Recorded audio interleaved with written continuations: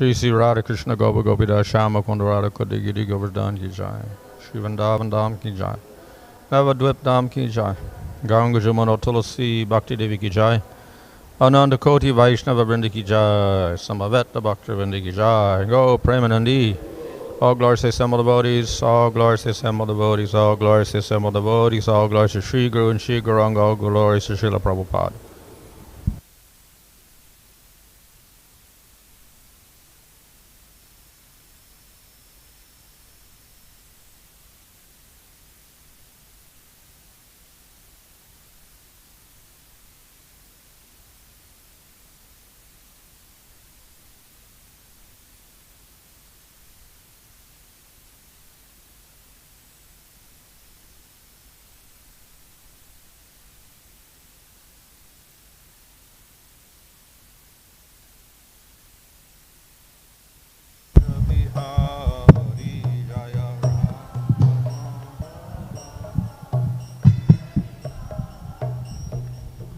Jana Balaba Girivara Dariya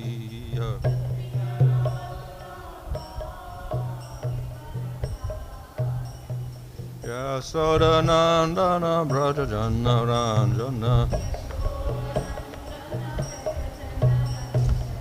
Jamuna Tira Vandachari Jamuna Jaya Madhava Kunja Bihari Jaya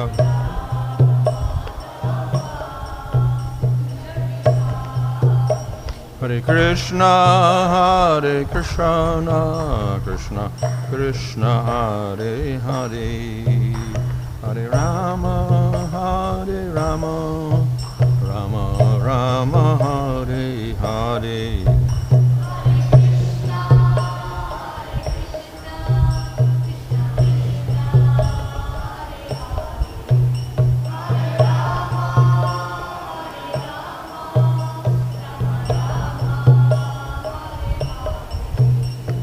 Prabhupada, Prabhupada, Prabhupada, Jaya Prabhupada, Jaya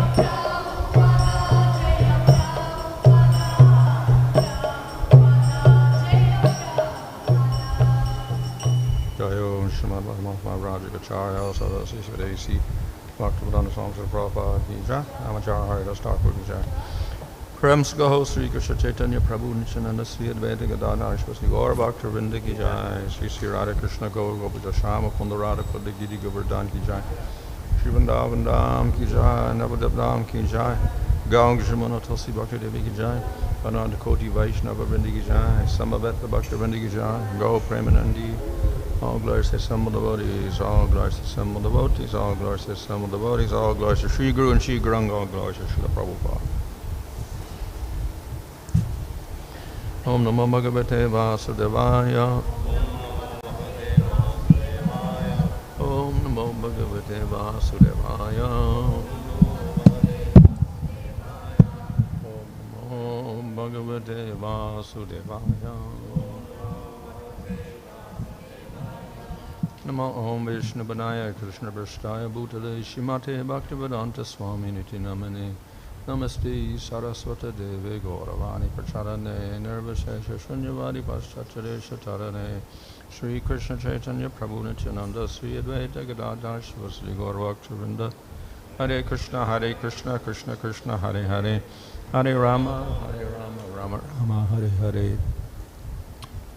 Reading from Srimad Bhagavatam, Canto 11, Chapter 23, verse 49. Deham mano-mātram imam gṛhītvā mamāham andha-dhiyo manuṣyāḥ eṣaḥ anyo iti bhrameṇa duranta-pāre tamasi bhramanti. Deham mano-mātram imam gṛhītvā mamāham andha-dhiyo manuṣyāḥ eṣaḥ anyo ayam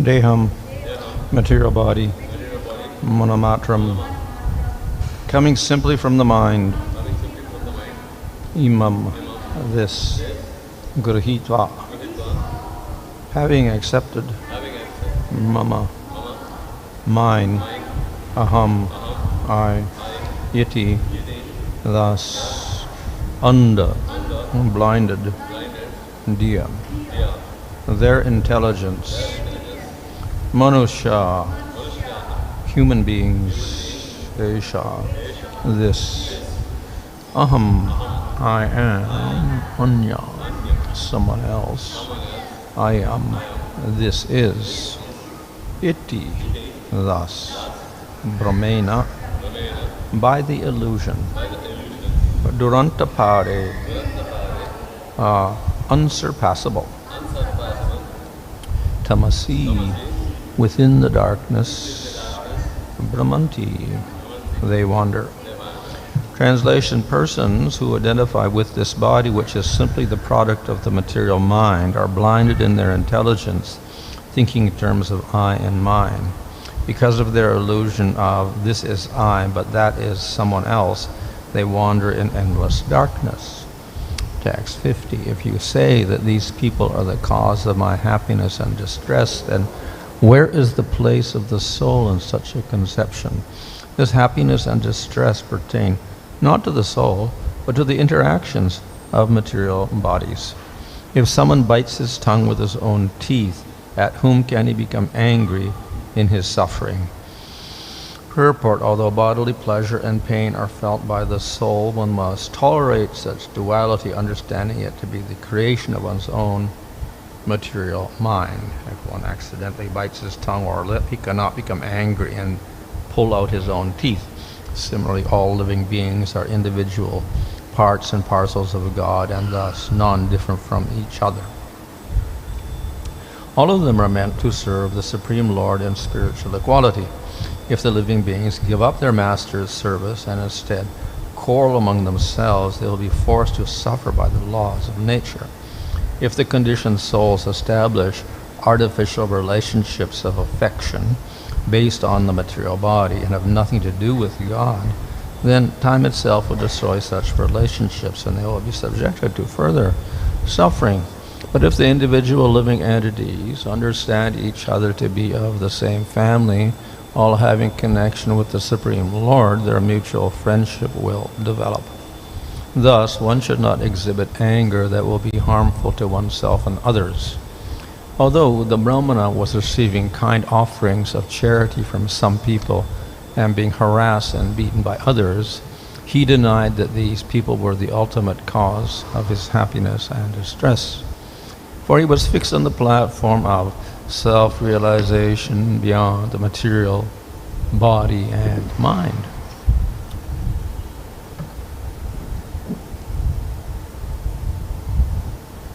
So here the Bhrameṇa continues to analyze the function of the mind in relation to problems in this world. இங்கே இந்த பிராமணர் மனதினுடைய செயல்பாட்டை தொடர்ச்சியாக ஆராய்ச்சி செய்கிறார். அதற்கும் இந்த உலகத்தில் இருக்கும் பிரச்சனைகளுக்கும் என்ன சம்பந்தம் என்பதை பற்றி ஆராய்கிறார். So people suffer because they think in terms of I and mine. மக்கள் பொதுவாக ஏன் துன்பப்படுகிறார்கள் என்றால் அவர்கள் நான் எனது என்ற அடிப்படையிலே சிந்திக்கிறார்கள். And this means that they're identifying with their material body.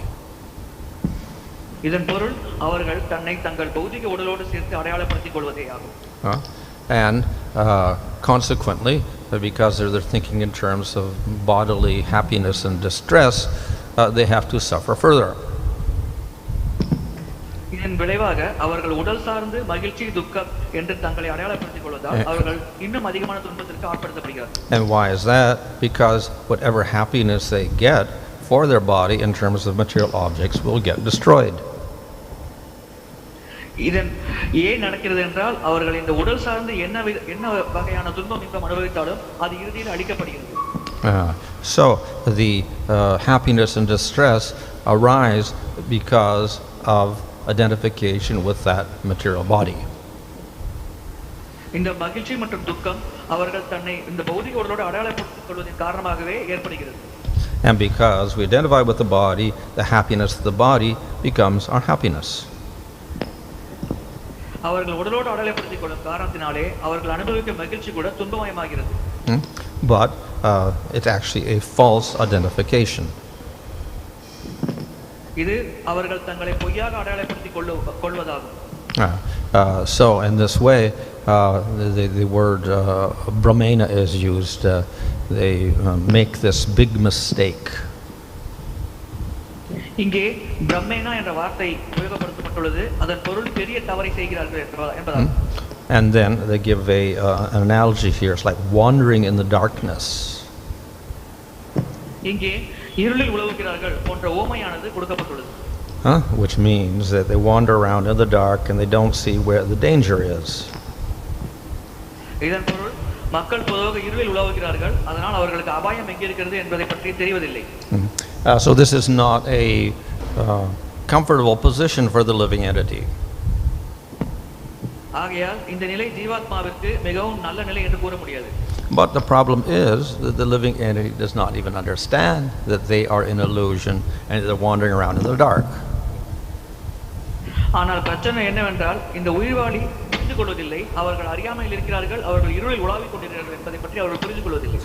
So if you talk to a normal person in this world and you say, well, you're in darkness, and they say, no, I'm not. நீங்கள் இந்த உலகில் ஒரு சாதாரண மனிதனிடம் போய் நீங்கள் இருளில் இருக்கிறீர்கள் என்று கூறினீர்கள் என்றால் அவன் உடனே நான் இல்லையே, நான் பக்கத்தில் ஒளியில் தான் இருக்கேன் என்று கூறுவார். And we have in the Bhagavad-gītā also a similar type of analogy. பகவத்கீதையிலும் இதுக்கு ஒரு ஓமையானது கொடுக்கப்பட்டுள்ளது. So what is day for the self-realized soul is night for everybody else. தன்னை உணர்ந்த ஆத்மாவிற்கு எது பகலோ அது மற்ற உயிர்வாளிகளுக்கு இரவாகும் என்று கொடுக்கப்பட்டுள்ளது. So the self-realized soul sees everybody in darkness. ஆகையால் இந்த தன்னை உணர்ந்த ஆத்மாவானது அனைவரும் இருளில் இருக்கிறார்கள் என்பதை நன்றாக புரிந்து கொள்கிறது. But on the contrary, those who are in darkness don't see it as darkness, they see it as light. மாறாக உண்மையில் அறியாமை என்ற இருளில் இருக்கும் மக்கள் இந்த இருளை பார்ப்பதில்லை, மாறாக அவர்கள் ஒளியில் இருக்கிறோம் என்று நினைத்துக் கொள்கிறார்கள். And they say, the self-realized soul, you're in darkness. அவர்கள் இந்த தன்னை உணர்ந்த ஆத்மாவை பார்த்து நீதான் இருளில் இருக்கிறாய் என்று கூறுகிறார்கள். So previously it was described how this bhrameṇa, when he took his sannyas, then a lot of people were criticizing him and mocking him. முன்பாக நாம் பார்த்தோம் இந்த பிராமணர் சன்னியாசம் ஏற்ற பொழுது நிறைய மக்கள் அவரை கேலி செய்தார்கள். So they were mocking because they thought he was just a foolish person. அவர்கள் ஏன் இவரை கேலி செய்தார்கள் என்றால் இவர் ஒரு முட்டாள் என்று அவர்கள் நினைத்துக் கொண்டார்கள். But he had this realization which he expresses in these verses. ஆனால் இந்த பதத்தில் வெளிப்படுத்தப்படுவது போல் அவருக்கு தன்னுணர்வானது ஏற்பட்டது. So actually he was not in illusion, rather they were in illusion. உண்மையில் அந்த பிராமணர் மாயை மற்றும் அறியாமையில் இல்லை, மக்களே அறியாமையில் இருந்தார்கள். But the nature of the material world and its illusion is such that one does not realize one's mistake. இந்த பௌதிக உலகின் மாயை எவ்வாறு செயல்படுகிறது என்றால் ஒருவர் செய்யும் தவறை அவரால் உணர்ந்து கொள்ள முடியாத அளவிற்கு அவரை மயக்கி வைத்துள்ளது. This is similar to a dream. இதை ஒரு கனவோடு ஒப்பிடலாம். So when you're in a dream, you are not aware that actually it's not real. கனவு காணும் பொழுது அது உண்மையல்ல என்பதை நம்மால் உணர முடிவதில்லை. And it's only when you wake up then you realize, oh, that was unreal. நாம் விழித்து எழுந்த பிறகு அது கனவு உண்மையல்ல என்பதை புரிந்து கொள்கிறோம். So that is why the waking state is also called a dream. இதன் காரணமாகவே நாம் விழித்தெழும் நிலை கூட ஒரு கனவின் பகுதியாகவே காணப்படுகிறது.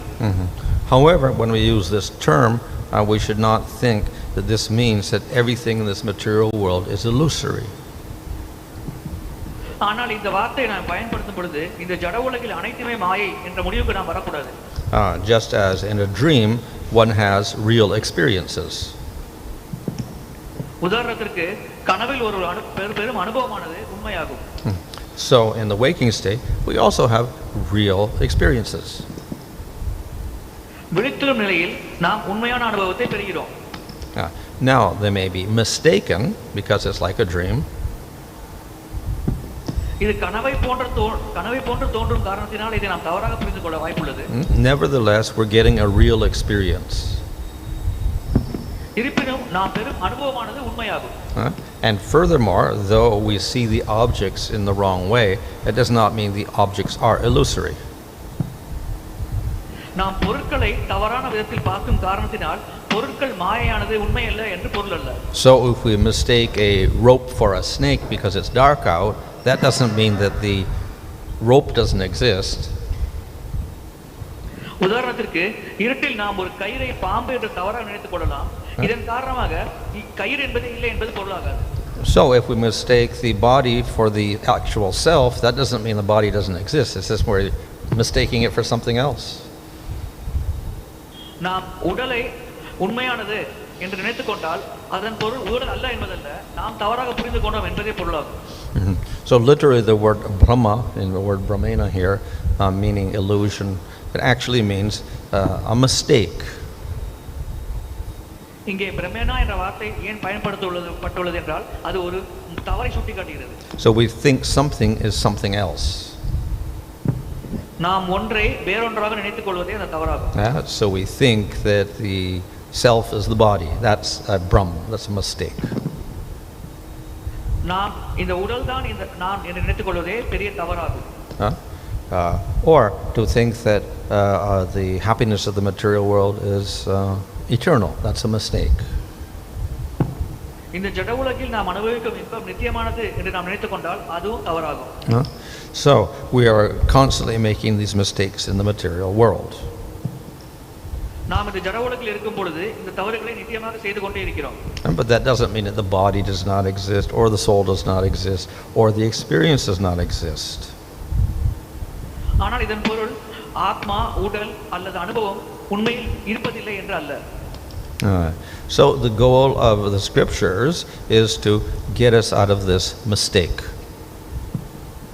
சாஸ்திரங்களின் குறிக்கோள் நம்மை இந்த தவறிலிருந்து வெளியே எடுத்து செல்வதே ஆகும்.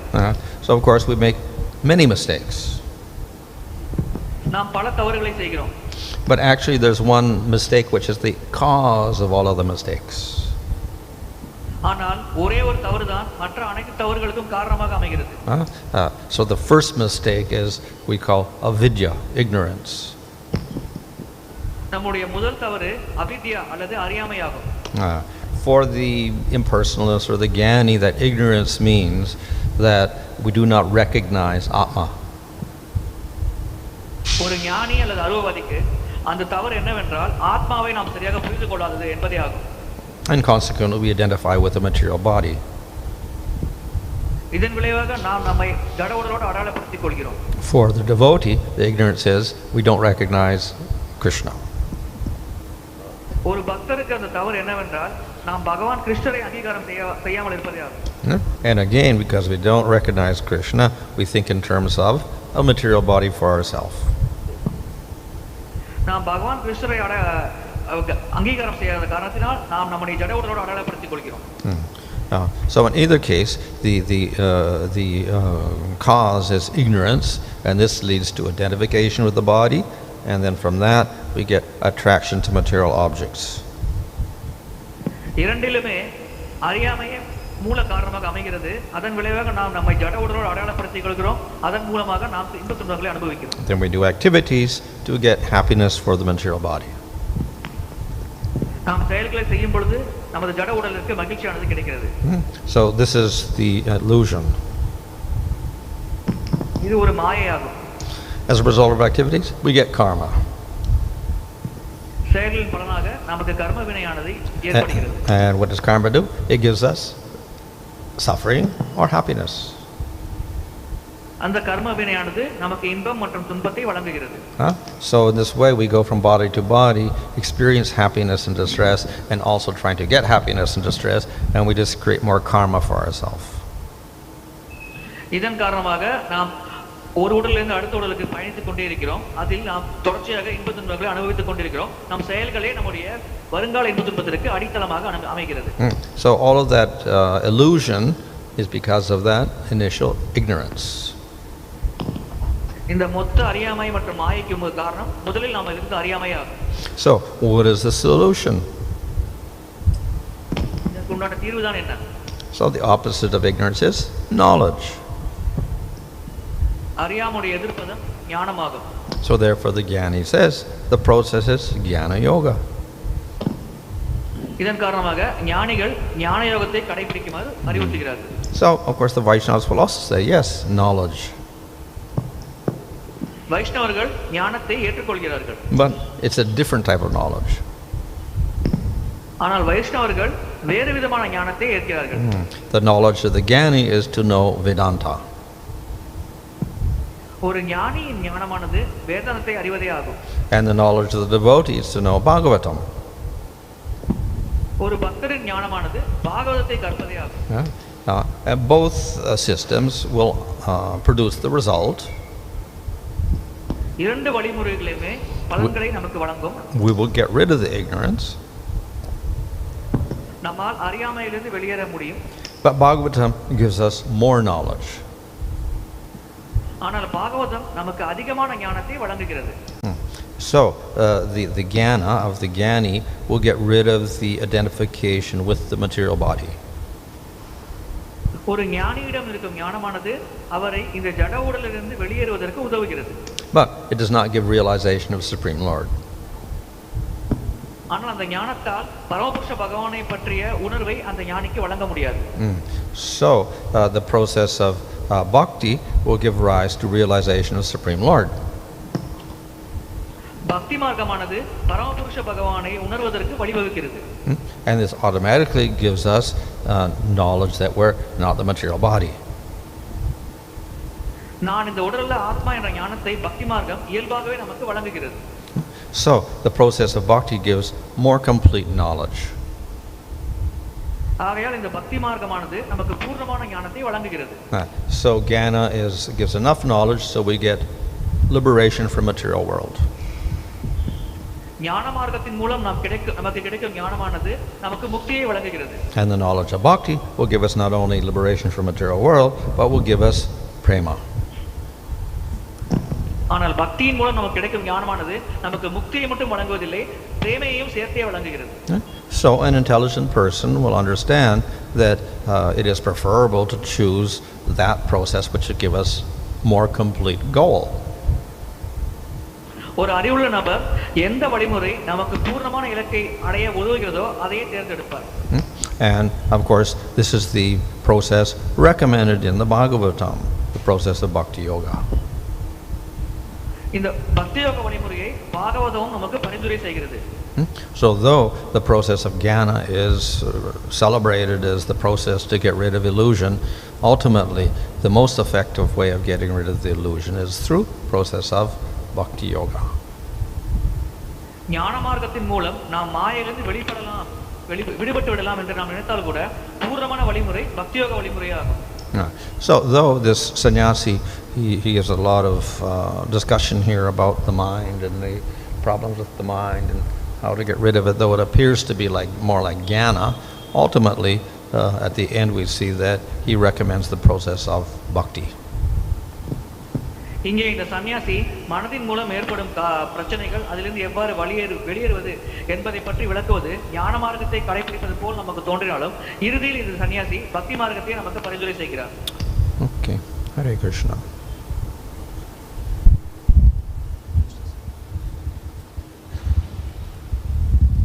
Pranams Guru Maharaj.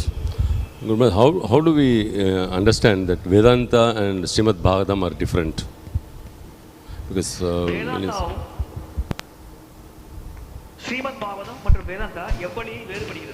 well, according to Bhagavatam, they're not different.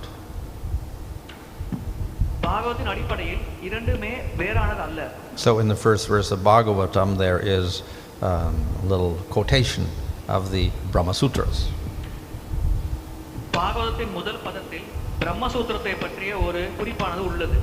To indicate that the real meaning of the Brahma Sutras is the meaning of Bhagavatam.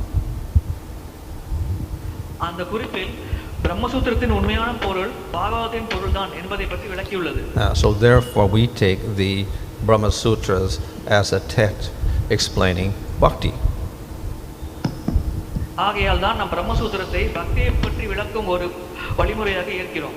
And when the question is asked at Tato Brahma Jigasa, now you should inquire about Brahman, we take Brahman not as impersonal Brahman, but as Krishna.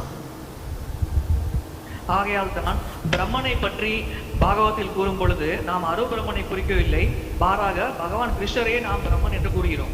And in the third part of the Brahma Sutras is the process. What is the process you follow? So for us, the process is bhakti. பிரம்மசூத்திரத்தின் மூன்றாவது பகுதியில் வழிமுறையானது விளக்கப்பட்டுள்ளது. நாம் பின்பற்றும் வழிமுறை பக்தி மார்க்கமாகும். However, for many people, the Brahma Sutras indicate impersonal Brahman. இருப்பினும் பல மக்களுக்கு பிரம்மசூத்திரம் என்பது அரு பிரம்மனை பற்றி விளக்கும் வழிமுறையாகவே ஏற்கிறார்கள். And Shankaracharya wrote a commentary on the Brahma Sutras, and many people follow that. சங்கராச்சாரியாரும் பிரம்மசூத்திரத்திற்கு ஒரு விளக்கோரை எழுதியுள்ளார். பல மக்கள் அதை இன்றும் பின்பற்றுகிறார்கள். So some people take an impersonal interpretation of those sutras. சில மக்கள் அந்த பிரம்மசூத்திரத்திலிருந்து அருவவாத தத்துவத்தை ஏற்கிறார்கள். Now, because they are sutras, which means very minimal words to express something, you can take those minimal words and you can interpret them in various ways. அது ஒரு சூத்திர வடிவில் கொடுக்கப்பட்டுள்ளதால் குறைந்த வார்த்தைகளை பயன்படுத்தி அந்த சூத்திரங்கள் வழங்கப்பட்டுள்ளது. இதன் காரணமாக மக்கள் அந்த வார்த்தைகளுக்கு பலவிதமாக அர்த்தத்தை ஏற்றுக்கொள்ளலாம். So therefore Shankaracharya has given impersonal interpretation of all the sutras. ஆகையால் தான் சங்கராச்சாரியர் அனைத்து சூத்திரங்களுக்கும் அருவவாத தத்துவத்தையே விளக்கியுள்ளார். But later on, Ramanujacharya then he took the Brahma Sutras and then he refuted everything that Shankaracharya said. ஆனால் பிற்காலத்தில் ராமானுஜாச்சாரியர் இந்த பிரம்மசூத்திரத்துக்கு விளக்கம் அளிக்கும் பொழுது சங்கராச்சாரியர் கூறிய விளக்கங்கள் அனைத்தையும் தவறானது என்று விளக்கினார். And he again established that it's actually a Vaishnava conclusion. அவர் மீண்டும் வைஷ்ணவ தத்துவத்தின் முடிவுகளையே ஸ்தாபித்தார்.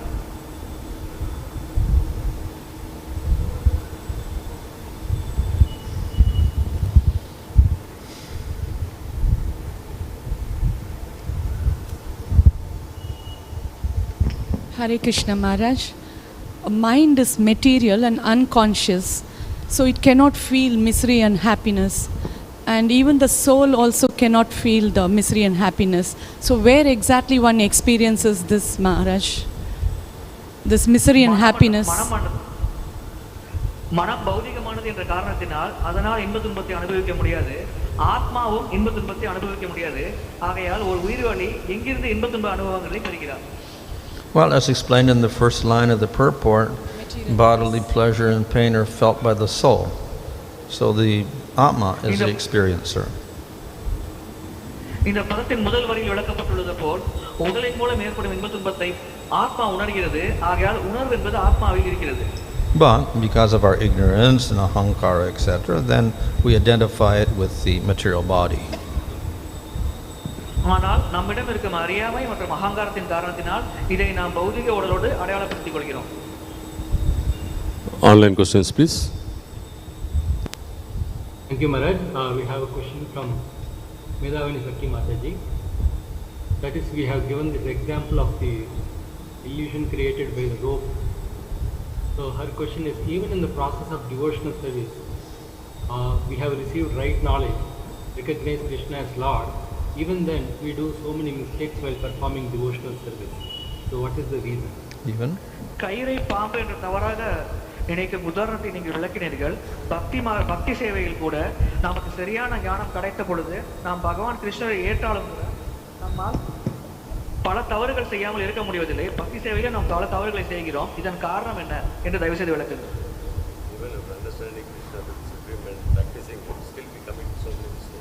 Oh, yeah. So, yes, we get knowledge by the scriptures, but we don't completely absorb the knowledge. சாஸ்திரங்களின் மூலம் நமக்கு ஞானமானது கிடைக்கிறது. ஆனால் அந்த முழு ஞானத்தை முழுமையாக நாம் கிரகித்துக் கொள்வதில்லை. Just like you go to school and they teach you things in the textbook, and then you write your exam, you may get 50% or 70% or 80%, which means maybe you get 80% understanding and 20% don't understand. எவ்வாறு நீங்கள் பள்ளிக்கு செல்கிறீர்கள், அங்கே புத்தகத்தில் இருக்கும் அறிவானது நமக்கு புகட்டப்படுகிறது. நாம் பரீட்சையில் 50%, 70%, 80% வெடிக்கிறோம். அதன் பொருள் என்னவென்றால் நமக்கு 80% மட்டுமே புரிந்துள்ளது என்பதே அதன் பொருளாகும். So similarly, we have the bhakti scriptures that give us spiritual knowledge, and because we do have some conditioning on us, even though we are sincere and we study, still we do not absorb the full knowledge. அதே போல்தான் பக்தி சாஸ்திரங்கள் மூலமாக நமக்கு பக்தியை பற்றிய ஞானமானது வழங்கப்படுகிறது. ஆனால் நாம் கட்டுண்ட நிலையில் இருக்கும் காரணத்தினால் நம்மால் முழு ஞானத்தையும் கிரகித்துக் கொள்ள முடியவில்லை. நம்முடைய நிலை கேட்டால் போல் நம்முடைய ஞானமானது அமைகிறது. And in the same way, though we chant the holy name, we do not get the full power of the name. இதே வழியில் தான் நாம் புனித நாமத்தை ஜபிக்கும் பொழுது கூட அந்த நாமத்தின் முழு சக்தியை நம்மால் உணர முடிவதில்லை. So we have anarthas which gradually disappear. நம்மிடம் அனர்த்தங்களானது இருக்கிறது. அது நாம் பக்தி சேவை செய்ய செய்ய மெல்ல மெல்ல மறைகிறது. So as long as the anarthas are there, the full potency of bhakti or knowledge does not manifest. நம்மிடம் அனர்த்தங்கள் இருக்கும் வரையில் பக்தியின் முழு சக்தியானது நமக்கு வெளிப்படுவதில்லை. And thus we can make mistakes or fall into illusion, etc. இதன் காரணமாக நாம் தவறுகள் புரிந்து மாயைக்கு உட்பட வாய்ப்புள்ளது.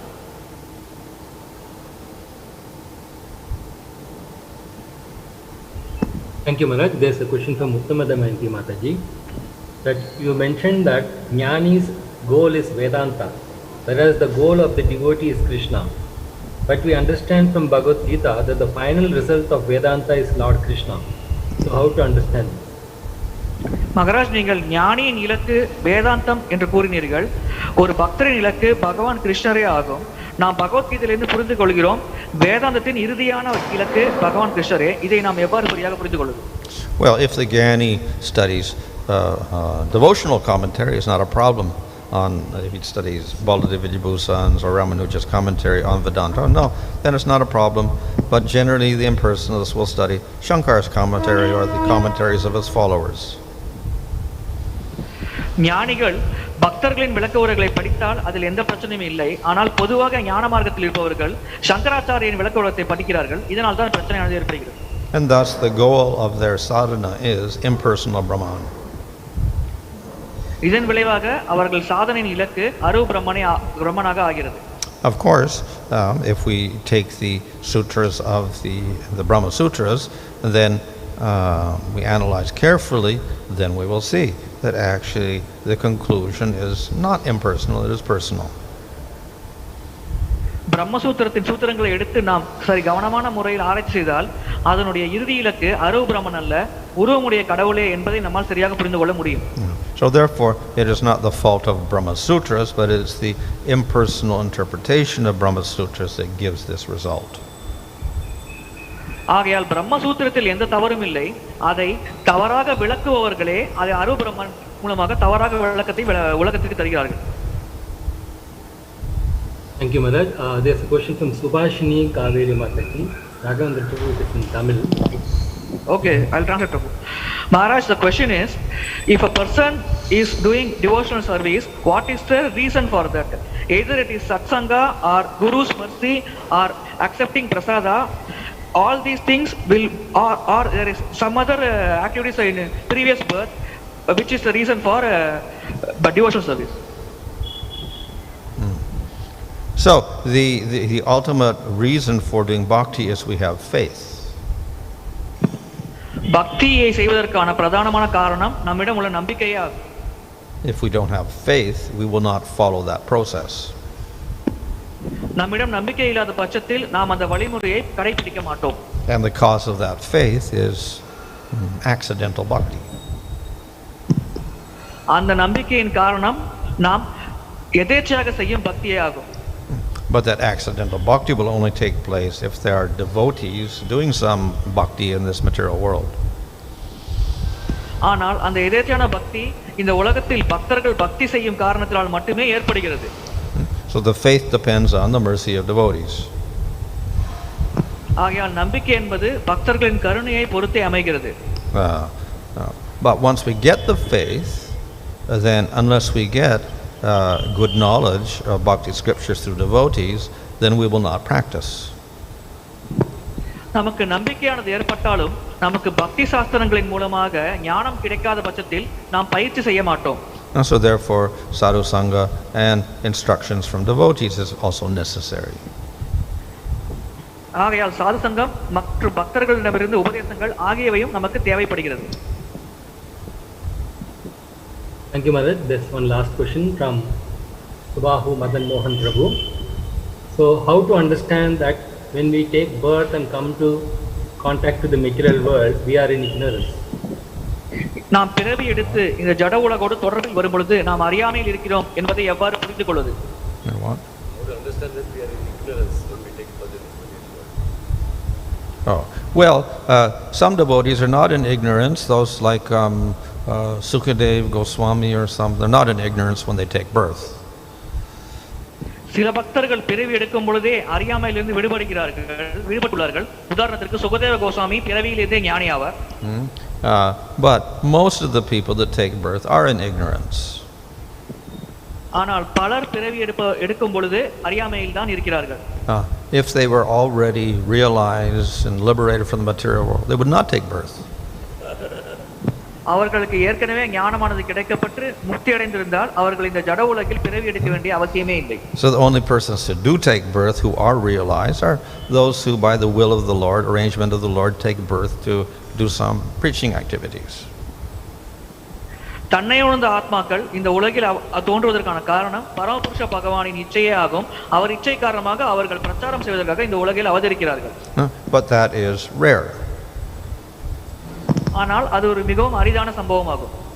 However, we do have the case of devotees who have not perfected themselves completely, so they will also take birth.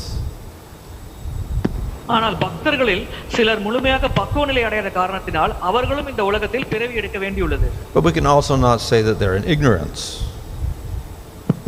ஆனால் அவர்கள் அறியாமையில் இருக்கிறார்கள் என்று நாம் கூற முடியாது. So they take birth and then they perform devotional service.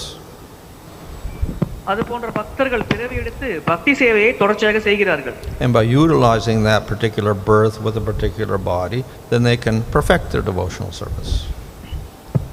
அந்த குறிப்பிட்ட உடலையும் அந்த குறிப்பிட்ட பிறவியையும் சரியான முறையில் பயன்படுத்திக் கொள்ளும் காரணத்தினால் அவர்களுடைய பக்தி சேவையானது பக்குவம் அடைகிறது.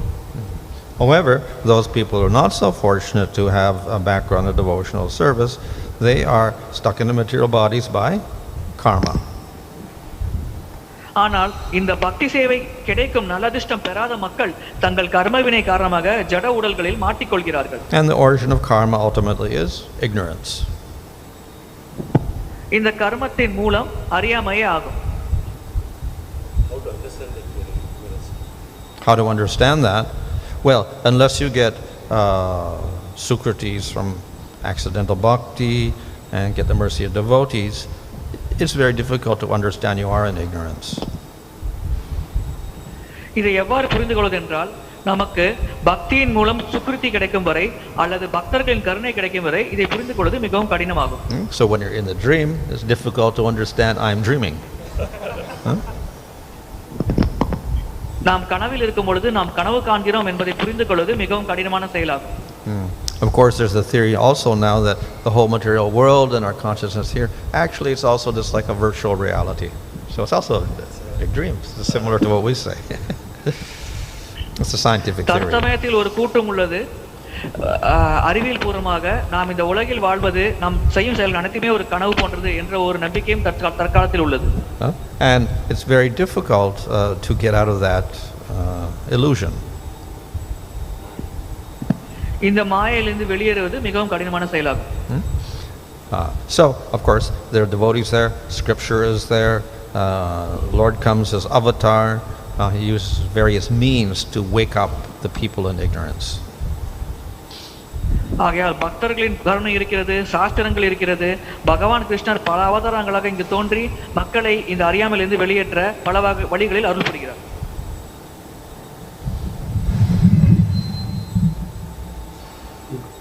Question from